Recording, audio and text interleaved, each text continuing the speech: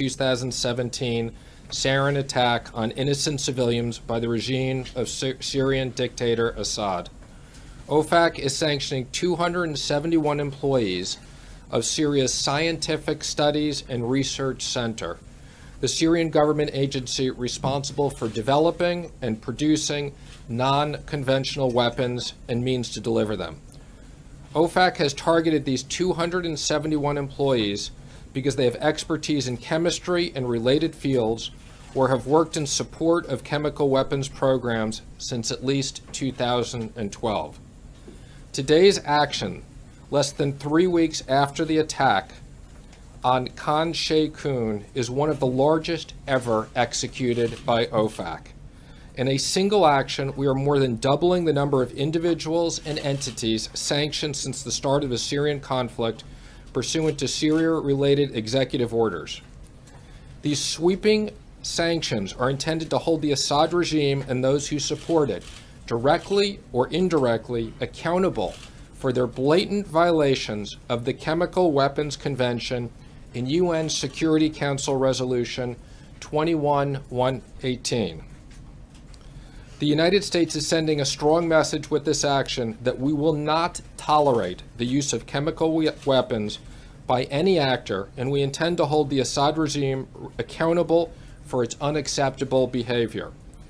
The Treasury Department, together with the Department of State and our international partners, will continue to relentlessly pursue and shut down the financial networks of any individuals involved with Syria's production or use of chemical weapons. I'd also comment that recently we had sanctions on North Korea and Iran, and will also continue to add to and monitor those as appropriate. And with that, I'd be happy to take a few questions. Is this the only round of sanctions we can expect against Syria in the wake of that chemical weapons attack, or are you considering more? And are you considering the possibility of sanctions against Russia for not going far enough to try to dissuade Assad? We don't comment on the specifics of sanctions that we are going to do in the future. But again, what I will tell you is these sanction programs are very important, they're very effective, and we will continue to use them to the maximum amount available by law. Secretary, on the budget, is the border wall a deal breaker for the president, even to the point of a government shutdown? I'm not going to comment on the specifics of that, but what I will say is I was in a meeting this morning with Director Mick Mulvaney and other senior people. The president is working hard to keep the government open and addressing various issues. Can you tell us what these sanctions actually do? What is different today than was different yesterday before OFAC moved?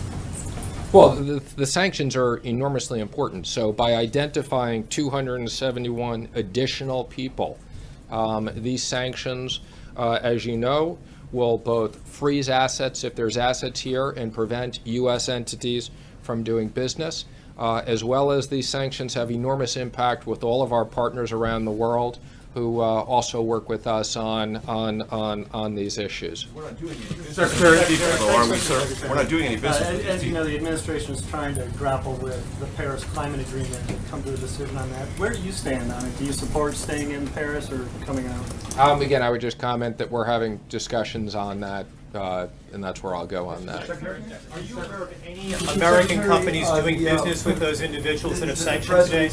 Said last week there'd be a tax reform proposal released Wednesday. He did indeed. So been widely reported. Yeah. I imagine that surprised you a little bit. What can we expect? Let me just first say, I've been working with the president for over the last year on his economic plan in regards to creating growth. The president is very determined that we can get to sustained economic growth of 3% or higher. We're working on tax reform, we're working on regulatory reform, we're looking on job creation, and this is something that on the tax side I've been meeting weekly with the House and the Senate on designing things, and we'll be coming out, as the president said, with more details on Wednesday. Secretary, thank you very much.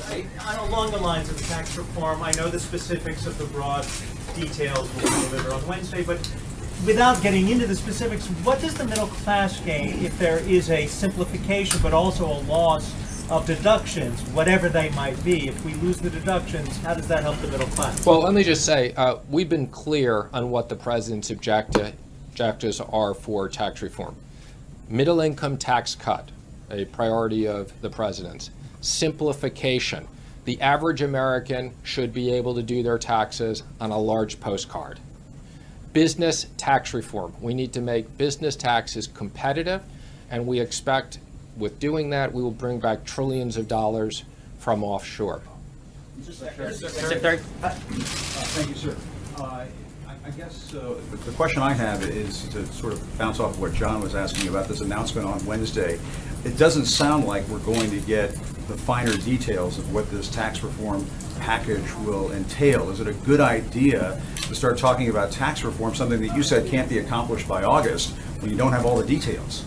Well, there'll be details that'll come out, and yes, I think it is important that we're talking about it, and we are going to move forward. I'll just take a couple more right there. Yes. Can I just follow up on what Major was asking you? For those of us who are not completely clear about the 271 employees, are you suggesting by looking at these sanctions that there are U.S. companies, or they have holdings in the U.S., or they would be traveling or doing some sort of business that we're actually freezing or barring? Again, I can't comment on the specifics of these sanctions beyond what we release, but I can assure you that when the U.S. puts out sanctions, they have impacts both here and throughout the world, and we wouldn't be doing this if we didn't think it is impactful. It's quite impactful. One more back there, yes. Mr. Secretary, would you say that simplification of the tax code or cuts would be the first priority? You've mentioned both the postcard and closing the gap with growth, but which is first thing that we're going to hear about on Wednesday? Again, what I'd say, on the personal side, we're about a middle income tax cut and simplification. On the business side, we're about making them competitive. And this is the last one. Go ahead. Can you say if the tax plan will be revenue neutral? Again, what I've said before is the tax plan will pay for itself with economic growth.